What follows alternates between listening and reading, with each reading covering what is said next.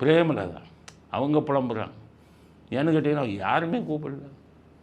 அவங்க சொல்கிறாங்க 2 வச்சுருக்கிறவங்க தான் கெஞ்சி கெஞ்சி கூப்பிட்றாங்க, நான் 1 வச்சுருக்கேன், என்னைய கூப்பிட மாட்டேங்கிறாங்க.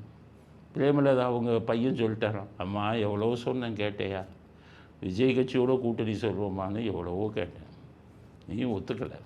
நீ என்ன சொன்ன, அடே உனக்கு அரசியல் தெரியாது, வெறும் எம்எல்ஏ வாங்கி ஜெயிச்சு என்னடா பிரயோஜனம், எம்எல்ஏவாக வந்தவன் பூரா நமக்கு விசுவாசமாகவா இருப்பான், ஏதோ வந்துட்டு 2 கோடி 3 கோடின்னு வாங்குறோம் அவ்வளோதான். ஆனால் ராஜ்யசபா மந்திரி வச்சா அவங்க மாமாவை வந்து எம்பி ஆக்கிடலாம். ஒன்று ராஜ்யசபா இது கூட்டணி வச்சிங்கன்னா ஸ்டாலினோட வச்சா நமக்கு பல கோடி பணம் கிடைக்கும். நம்ம அப்படித்தான் போகணும். ஜெயிக்கும் விஜய்க்கு ஆதரவு, அது எனக்கு தெரியும். நம்ம அரசியலே இப்படி தான், பணம் ப்ளஸ் ராஜ்யசபா அப்படி தான்டா போகணும்.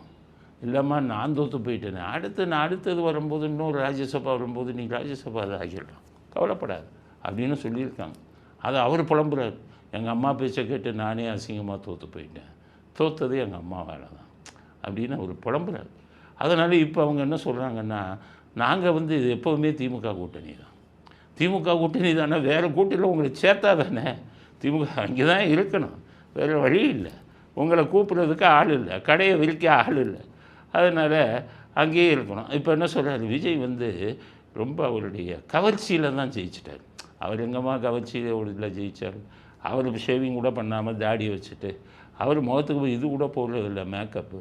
அது ஸ்டாலின் எப்படி போட்டார் பார்த்தீங்கல்ல, ஸ்டாலின் வந்து இது வச்சார், விக்கு வச்சார், விக்கு வைக்கவே 1.5 மணி நேரம் ஆகுமா, அந்த விக்கோட விலையை பல லட்சம்னு சொல்கிறாங்க, சில பேர் கோடியில் போகுதுன்னாங்க. மூஞ்சிக்கு எவ்வளவு நேரம் இது போடுவார் தெரியுமா, ஃபேஷியல் 1.5 மணி நேரம் ஃபேஷியல்.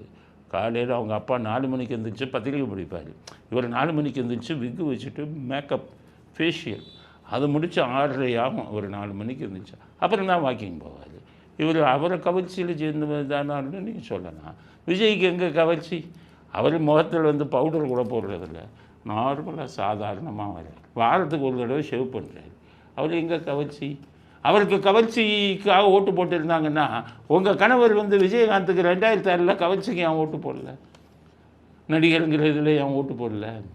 அதனால் பேசாதீங்க, தோத்துட்டீங்க, மண்ணை கவிட்டீங்க, ஏதோ பணம் கோடிக்கணக்கில் கிடைச்சது, அதோடு நீங்கள் போயிட வேண்டியதுதான்.